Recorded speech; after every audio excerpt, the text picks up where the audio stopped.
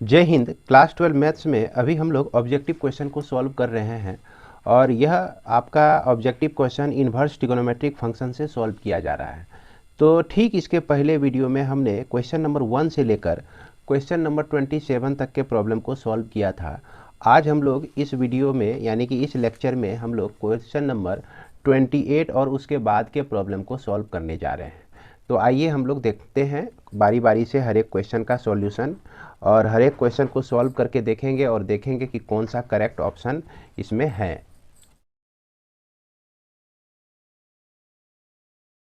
तो आइए अब हम लोग देखते हैं क्वेश्चन नंबर 28 का सॉल्यूशन। तो 28 में हमारा दिया गया है tan इनवर्स -1 दिया गया है। तो हम लोग जान रहे हैं कि tan इनवर्स -1 हो, अगर माइनस इसके साथ है, x के पहले माइनस है, तो इसको हम लोग tan इनवर्स 1 लिख सकते हैं सिंपली। अब हम लोग जान रहे हैं कि tan जो है π/4 का वैल्यू आपका 1 होता है। तो यहाँ से tan इनवर्स और tan कैंसिल हो जाएगा तो -π/4 बच जाएगा आपका। तो -π/4 जो है हमारा सही ऑप्शन डी में देखने को मिल रहा है, तो इसीलिए यह डी आपका करेक्ट हो जाएगा। इसके बाद हमारा क्वेश्चन नंबर 29। तो क्वेश्चन नंबर 29 में आप देख रहे हैं कि tan इनवर्स है और इसके साथ हमारा cos इनवर्स 4/5 अब प्लस tan इनवर्स 2/3 दिया गया है। अब यहाँ पर सबसे पहले काम क्या करना है कि इस cos इनवर्स को हम लोग को tan में कन्वर्ट करना है। तो tan में कन्वर्ट कैसे किया जाएगा, इसको ज़रा ध्यान से आप लोग देखिएगा कि यह जो है आप cos इनवर्स 4/5 को अगर थीटा मानते हैं तो इसको आप क्या लिख सकते हैं, cos थीटा इक्वल टू 4/5। अब हम लोग जान रहे हैं कि cos थीटा इक्वल टू होता है b/h। तो p का वैल्यू हम लोग निकालने के लिए क्या करेंगे, 5 का स्क्वायर माइनस 4 का स्क्वायर लिखेंगे, जो कि आपका सॉल्व करने के बाद 3 आएगा। अब यदि हम tan थीटा लिखें तो tan थीटा को हम लोग लिख सकते हैं p/b लिख सकते हैं, जिसमें हमारा p का वैल्यू 3 और b का जो वैल्यू है आपका 4 है। और इस तरह से थीटा का जो वैल्यू हो जाएगा आपका tan इनवर्स 3/4 हो जाएगा, tan इनवर्स 3/4 हो जाएगा। अब क्या है कि इसी थीटा का वैल्यू tan इनवर्स 3/4 है, जबकि इसी थीटा का वैल्यू cos इनवर्स 4/5 है। यानी कि इस थीटा के जगह पे हम tan इनवर्स 3/4 लिख सकते हैं, यानी cos इनवर्स 4/5 को tan इनवर्स 3/4 भी लिख सकते हैं। तो यहाँ हम लोग डायरेक्ट चेंज करके लिख देंगे tan इनवर्स 3/4 लिखेंगे और फिर यहाँ पर आपका tan इनवर्स 2/3 तो ऑलरेडी है ही, और इसके पहले जो है tan लगा हुआ है, सिर्फ tan लगा हुआ है। तो यहाँ पर tan इनवर्स लगा हुआ है, प्रॉब्लम में तो आपका यही दिया गया है। अब हम लोग इसको क्या लिख सकते हैं, tan, हालांकि यह आपका कुछ गलती है इसलिए कि यहाँ पर आपका tan इनवर्स नहीं होगा, सिर्फ tan ही आप दे दीजिए यहाँ पर। और इसके लिए हम लोग फार्मूला यूज कर सकते हैं tan इनवर्स 3/4 अब प्लस 2/3 अब बाय 1 माइनस 3/4 इंटू 2/3। इसको आप सॉल्व कर दीजिए। tan ये रहा आपका tan इनवर्स है यहाँ पर, और यहाँ एलसीएम इसका 12 और यहाँ 9 + 8, अब फिर इसका एलसीएम आपका 12, यहाँ पर 12 - 6। तो इस तरह से आपको मिलता है tan, और यह tan इनवर्स 9 + 8 17/12, 12 तो आपका कट जाएगा 17/6, और यहाँ पर tan और tan इनवर्स एक दूसरे को कैंसिल कर देगा तो 17/6 आपका मिलता है। तो 17/6 जो है आपका करेक्ट ऑप्शन सी में दिख रहा है। तो बच्चों यहाँ पर आप लोग सुधार कर लेंगे, ये प्रिंटिंग मिस्टेक हो सकता है, यहाँ tan इनवर्स नहीं होकर सिर्फ आपका tan आ जाएगा। इसके बाद हमारा क्वेश्चन नंबर 30। तो क्वेश्चन नंबर 30 में हमारा दिया गया है tan inverse x/y minus tan inverse x minus y/x plus y है। तो इसको हम लोग tan इनवर्स क्या लिख सकते हैं, एक बार इस दोनों को ऐड करेंगे फार्मूला पर। तो पिछले वीडियो में हमने आपको फार्मूला दिखा दिया था पूरा, उम्मीद करते हैं कि इसके फार्मूले को आप ठीक तरह से याद रखे होंगे। अब 1 माइनस 1 प्लस हो जाएगा xy into x minus y/x plus y। इसको सॉल्व करेंगे तो यह आपका tan इनवर्स मिलता है, और यहाँ पर जो है इसमें LCM y into x plus y हो जाएगा, यहाँ x से मल्टीप्लाई हो जाएगा आपका x प्लस वाई को, और यहाँ पर माइनस x माइनस वाई को मल्टीप्लाई हो जाएगा आपका y से। और इसके नीचे जो भी आएगा इसका एलसीएम में और यहाँ जो भी आएगा एलसीएम में एक दूसरे से कट जाएगा और यहाँ पर y into x plus y और plus x into x minus y आपको मिलता है। तो ये हमने एक स्टेप आगे बढ़ के लिखा है, उम्मीद करते हैं कि आप लोग समझ रहे होंगे। तो यहाँ टेन इन्वर्स हो गया आपका एक्स स्क्वायर हो गया प्लस एक्स वाई हो गया, यहाँ पर आपका मिलता है एक्स वाई माइनस में और फिर यहाँ पर आपको मिलता है प्लस वाई का स्क्वायर। अब फिर इसके बाद नीचे में एक्स वाई मिला आपको, यहाँ पर प्लस वाई का स्क्वायर लिखिए, अब फिर यहाँ पर प्लस एक्स का स्क्वायर लिखिए और यहाँ पर जो है माइनस एक्स वाई आपको मिल गया। एक्स वाई माइनस में प्लस में कट गया, यहाँ भी कट गया। अब देख लीजिए x square plus y square ऊपर भी बचा हुआ है, x square plus y square नीचे भी बचा हुआ है। तो आपको मिलेगा फाइनली टेन इन्वर्स 1 मिलेगा, जिसको आप लिख सकते हैं टेन इन्वर्स 10 पाई बाय 4 लिख सकते हैं। तो फाइनली जो है इसका आंसर जो है हमको मिलता है पाई बाय 4 मिलता है। तो पाई बाय 4 हमारा देख रहे हैं कि ऑप्शन बी में है, तो यही इसीलिए इसका करेक्ट आंसर जो है बी हो जाएगा। इसके बाद हमारा क्वेश्चन नंबर 31। तो क्वेश्चन नंबर 31 को हम लोग बना लेते हैं। क्वेश्चन नंबर 31, तो 31 में हमारा दिया गया है कॉट है इसके साथ और यहाँ पर tan inverse x plus cot inverse x है। तो आपको याद होगा कि tan inverse x plus cot inverse x को हम लोग पाई बाय 2 लिखते हैं और इसके साथ आपका कॉट लगा हुआ है। तो कॉट पाई बाय 2 का जो वैल्यू होता है वो आपका 0 होता है। तो 0 आप देख लीजिए कहाँ मिल रहा है, हमको ए में देखने को मिल रहा है, तो ए हमारा सही आंसर हो जाएगा। इसके बाद क्वेश्चन नंबर 32 में हमारा है साइन इन्वर्स 1/2 है। तो यहाँ पर हम क्या लिखेंगे, साइन इन्वर्स तो लिखेंगे ही और साइन 30 डिग्री लिख देंगे। 30 को हम क्या लिख सकते हैं, पाई बाय 6 लिख सकते हैं और यहाँ पर साइन इन्वर्स साइन कैंसिल होके आपका क्या हो जाएगा, सिर्फ 30 डिग्री, जिसको हम लोग पाई बाय 6 लिख सकते हैं। तो पाई बाय 6 हमको देखने को मिलता है ऑप्शन बी में। इसके बाद हमारा क्वेश्चन नंबर 33 बहुत ही आसान है। इसमें sec inverse x plus cosec inverse x को हम लोग क्या लिख सकते हैं, पाई बाय 2 लिख सकते हैं। तो यहाँ पर आपको मिलेगा कॉस पाई बाय 2, जिसका वैल्यू जो है 0 होता है। तो 0 हमारा सही ऑप्शन देखने को मिल रहा है सी में। तो इस तरह से हम लोग इसको सॉल्व कर सकते हैं। इसके बाद हमारा क्वेश्चन नंबर 34। तो 34 में जैसा कि आपका दिया गया है कि कॉस इन्वर्स 2x, देख सकते हैं कॉस इन्वर्स 2x दिया गया है और इसके बाद जो है आपका प्लस साइन इन्वर्स 2x। तो देखिए एंगल आपका कुछ भी रहे, sign inverse x cos inverse x हमेशा आपका क्या होता है, पाई बाय 2 होता है। तो इसलिए हम इसको जो है क्या लिखेंगे, पाई बाय 2 लिखेंगे और पाई बाय 2 हमको देखने को मिल रहा है ए में, तो ए इसका सही ऑप्शन हो जाएगा, करेक्ट आंसर हो जाएगा। इसके बाद क्वेश्चन नंबर 35 जो है डायरेक्ट फार्मूला पर ही आधारित है। साइन इन्वर्स माइनस एक्स को हम लोग माइनस साइन इन्वर्स एक्स लिख सकते हैं, जो कि हमको देखने को मिल रहा है सी में, तो सी इसका सही आंसर हो जाएगा। इसके बाद हमारा क्वेश्चन नंबर 36। तो 36 में हम देख रहे हैं क्या कि टेन इन्वर्स 1/4 है अब प्लस टेन इन्वर्स 2/9 है। तो इसके लिए फॉर्मूला आपको याद होगा कि इसको हम लोग क्या लिख सकते हैं, टेन इन्वर्स 1/4 को ऐड कर देंगे 2/9 से और फिर 1 माइनस 1/4 इंटू 2/9 हो जाएगा। 9 4 जा 36, यहाँ भी 36 इसके डिनोमिनेटर में और यहाँ भी इसके डिनोमिनेटर में एलसीएम लेने से 36 आता है। तो 36 तो बाद में कटेगा ही और यहाँ पर हमको मिल जाता है 9 + 8 और यहाँ से हमको मिलता है 36 माइनस 2 मिलता है, जिसको हम लोग 10 इन्वर्स लिख सकते हैं, इस 17 लिख सकते हैं और 36 में 2 हट गया तो 34। तो यहाँ 17 दूना 34, यानी कि 10 इन्वर्स 1/2 हमको मिलता है। अब क्वेश्चन नंबर 36 का सही ऑप्शन हम लोग ढूंढेंगे, कहाँ भैया है 10 इन्वर्स 1/2, यहाँ डी में है 10 इन्वर्स 1/2। इसके बाद हमारा क्वेश्चन नंबर 37 बहुत आसान सा प्रॉब्लम है। यहाँ पर साइन इन्वर्स जो है माइनस साइन इन्वर्स 1/√2 दिया गया है। तो हम लोग जान रहे हैं कि साइन जो है 45 डिग्री का वैल्यू जो होता है यह आपका 1/√2 होता है। यहाँ से साइन इन्वर्स साइन कैंसिल हो गया तो 45 डिग्री, जिसको हम लोग पाई बाय 4 रेडियन भी कह सकते हैं। अब यहाँ पर देखिए 37 में पाई बाय 4 हमको ए में देखने को मिल रहा है। तो ए है इसका करेक्ट आंसर हो जाएगा। ठीक इसी तरह से 38 भी है आपका। यहाँ पर देखिए कॉस इन्वर्स -1/√2 है आपका। सबसे पहले इसका माइनस निकाल दीजिए। तो माइनस जब निकलेगा ना तो पाई माइनस कॉस इन्वर्स 1/√2 आपका ये हो जाएगा। फॉर्मूला चूँकि इसी तरह से कहता है कि माइनस अगर रहे यहाँ पर, इसको हम लोग इस तरह से लिख सकते हैं। इसके बाद हमारा 1/√2 यानी कि कॉस इन्वर्स कॉस पाई/4 हो गया।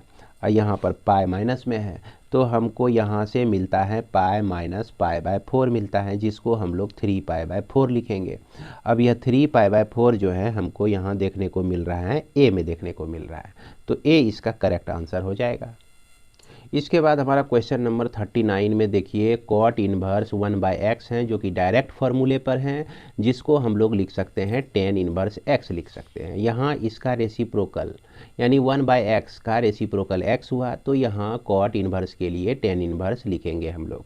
अब यहाँ पर 40 में देखिए tan इन्वर्स 1 है, तो tan इन्वर्स 1 रहने दीजिए यहाँ पर। अब फिर यहाँ पर cos इन्वर्स माइनस हाफ और साइन इन्वर्स माइनस हाफ। तो अगर इस दोनों का एंगल बराबर हो और साइन और कॉस दोनों आता हो तो इस पूरे को हम लोग क्या लिख सकते हैं, पाई/2 लिख सकते हैं। तो tan इन्वर्स 1 प्लस पाई/2 लिखा जाएगा आपका, और tan इन्वर्स 1 को हम लोग पाई/4 लिख सकते हैं। अब प्लस पाई/2 हो गया, तो ये दोनों मिलकर आपका एलसीएम हो गया 4 पाई प्लस 2 पाई यानी कि 3π/4 हो जाता है। और 3π/4 जो है हमको सी में देखने को मिलता है। इसके बाद क्वेश्चन नंबर 41 में आपका दिया गया है tan inverse 1 plus tan inverse 1/3। तो याद कीजिए tan inverse x plus tan inverse y को हम लोग लिखते हैं tan inverse x plus y यानी कि 1 प्लस 1/3। अब 1 माइनस एक्स इंटू वाई यानी कि 1 इंटू 1/3। तो इसी को सॉल्व कर दीजिए आप। यह tan इन्वर्स हो गया 3 प्लस 1/4 होगा, यहाँ भी आपका 3 हो जाएगा, और उसके बाद 3 माइनस 1/3 हो जाएगा। 3 तो कैंसिल हो गया आपका, 4/2 यानी कि यह 2 यानी कि आपका यहाँ पर tan इन्वर्स 2 मिलता है, जो कि हमको देखने को मिलता है किसमें, ए में देखने को मिलता है। इसके बाद आपका कोसेक इन्वर्स माइनस एक्स को pi minus cosec inverse x हम लोग लिख सकते हैं। यह डायरेक्ट फार्मूला पर आधारित है, माफ़ करेंगे, इसको हम लोग लिख सकते हैं माइनस कोसेक इन्वर्स एक्स लिख सकते हैं। फिर से देख लीजिए, यह कोसेक इन्वर्स माइनस एक्स को हम लोग लिख सकते हैं माइनस कोसेक इन्वर्स एक्स लिख सकते हैं। तो ये फार्मूला अगर आपको याद रहेगा तो इस तरह के क्वेश्चन को आप बड़ी आसानी से सॉल्व कर सकते हैं। इसके बाद हमारा क्वेश्चन नंबर 43 में कह रहा है कि tan इन्वर्स हाफ है और प्लस tan इन्वर्स आपका 2/11 है, तो tan इन्वर्स a का मान क्या होगा, tan इन्वर्स a यानी कि a का मान क्या होगा। तो tan inverse x plus tan inverse y को हम लोग लिखते हैं tan inverse x plus y यानी 1/2 प्लस 2/11, और 1 माइनस फिर दोनों का हम लोग क्या लिखते हैं, प्रोडक्ट लिखते हैं। अब यहाँ पर 22 यहाँ भी एलसीएम और यहाँ भी एलसीएम, दोनों का डिनोमिनेटर में 22 एलसीएम आने वाला है, तो दोनों तो कट ही जाएगा, तो इसीलिए हम लोग शॉर्ट में इसको लिखते हैं। ये आपका हो गया 11 प्लस 4, और इसको सॉल्व करके भी आप देख लीजिएगा 22 माइनस 2 हो जाएगा। 11 प्लस 4 आपका 15 और 22 माइनस 2 जो है आपका 20 होता है। तो tan इन्वर्स 15/20 यानी कि tan इन्वर्स 3/4, यह आपका 3 बार में, ये 4 बार में कट जाएगा। तो ये 43 में जो है हमारा करेक्ट आंसर जो है मिलता है कहाँ पर, ये 3/4। हालांकि यहाँ पर a का वैल्यू निकालने के लिए कहा है, तो a इक्वल टू आपका 3/4 हो जाएगा। इसके बाद हमारा क्वेश्चन नंबर 44। तो क्वेश्चन नंबर 44 में थोड़ा सा ट्विस्ट है। यहाँ पर tan इन्वर्स ये आपका √3 है, और यहाँ पर माइनस कॉट इन्वर्स माइनस √3 है। तो कॉट इन्वर्स माइनस √3 को हम लोग लिख सकते हैं पाई माइनस कॉट इन्वर्स √3 लिख सकते हैं, जब यह प्लस में कन्वर्ट हो जाएगा। अब यहाँ पर tan इन्वर्स √3 ये माइनस मिलके प्लस हो जाएगा, जिसको हम लोग लिख सकते हैं कॉट इन्वर्स √3 और फिर यहाँ पर माइनस पाई। अब इस चीज़ को हम लोग पाई/2 लिख सकते हैं according to formula, minus pi, तो ये आपका आता है माइनस पाई/2 आता है। तो माइनस पाई/2 आपको मिल रहा है यहाँ बी में देखने को, तो बी इसका करेक्ट आंसर हो जाएगा। इसके बाद हमारा क्वेश्चन नंबर आता है 45।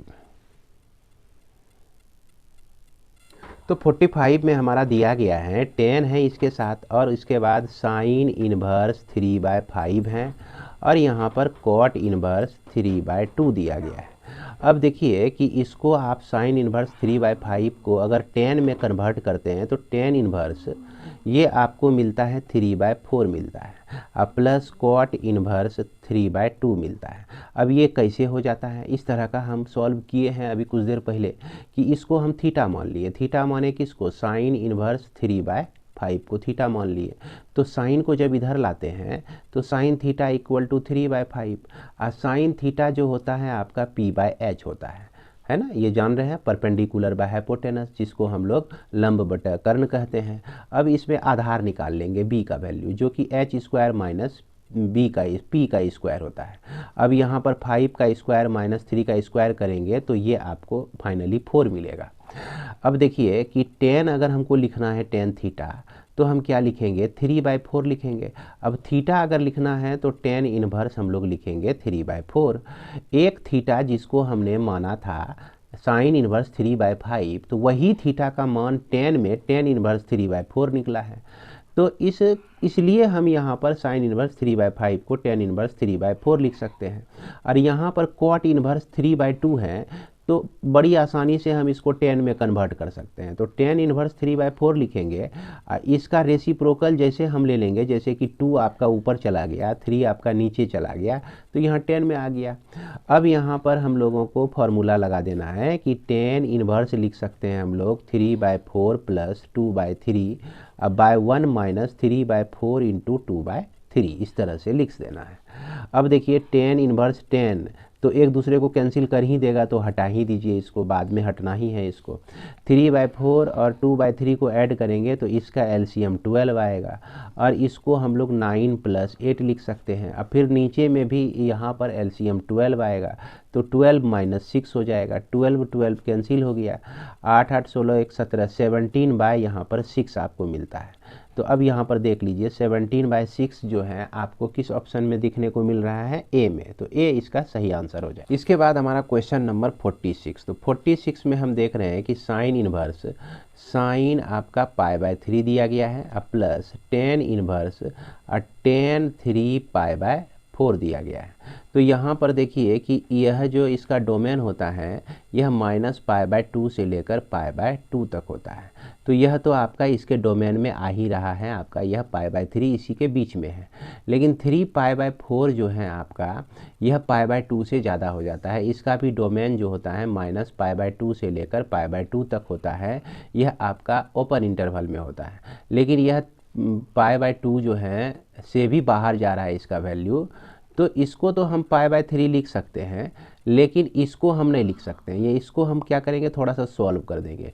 इसको हम क्या करते हैं, 4π - π/4 लिख देते हैं। तो इससे क्या हुआ कि π/3 यहाँ पर है आपका, और tan इनवर्स है, tan एक दूसरे को कैंसिल कर ही देगा, तो 4 फिर इसके बाद 4π यानी कि π माइनस, इसको देख ही लीजिए आप, tan π - π/4 आपको मिलता है।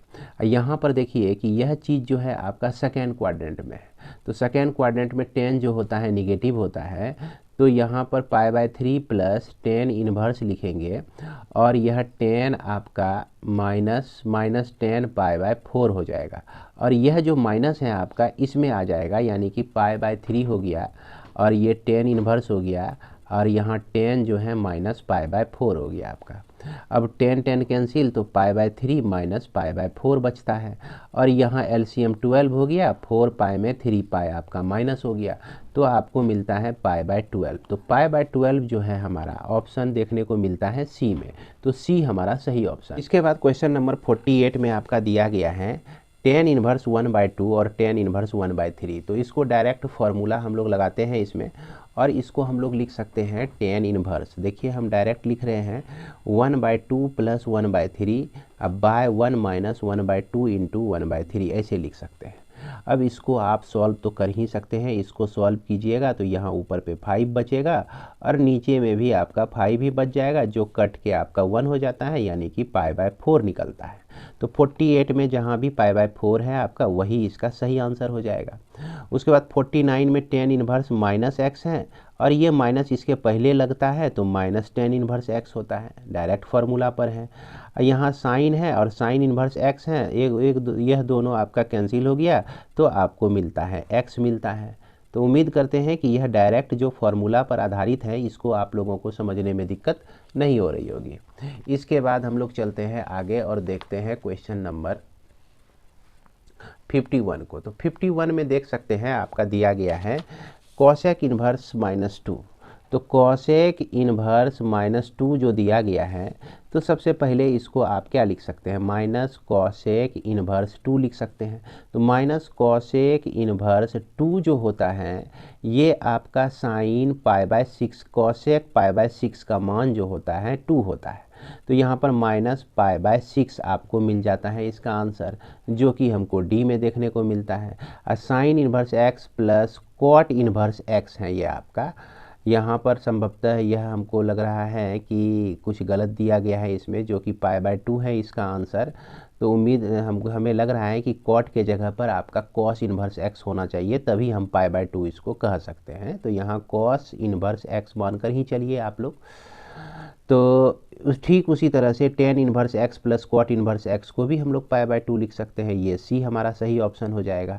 और यहाँ पर सुधार कर लीजिएगा, साइन इनवर्स एक्स प्लस यहाँ पर आपका कॉस इनवर्स एक्स होगा, तभी यह हमारा बी सही आंसर हो सकता है, क्योंकि बी हमारा दिया गया है।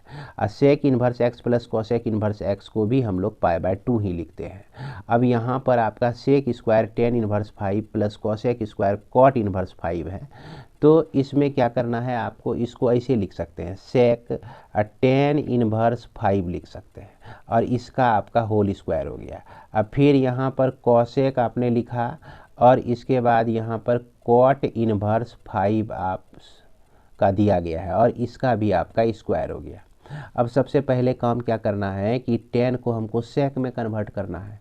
तो tan को सेक में कन्वर्ट करने के लिए हम लोग क्या लिखते हैं, सेक हमारा सेक इन्वर्स तो लिखेंगे ही, सेक इन्वर्स सेक थीटा के लिए हमारा ट्रेंगल राइट एंगल का रेशियो जो होता है वो h/b होता है। तो h जो है यहाँ पर आपका निकल जाएगा, जैसे 5/1 करेंगे तो h निकालेंगे तो यह 5 का स्क्वायर प्लस 1, तो यहाँ पर 26 रूट के अंदर में आ जाएगा और इसमें b का जो वैल्यू हो जाएगा आपका 1 हो जाएगा और इसका भी आपका स्क्वायर दिया गया है। प्लस कॉसेक को कॉट को अगर हम बदलते हैं तो कॉट के लिए जो होता है वह b/p होता है।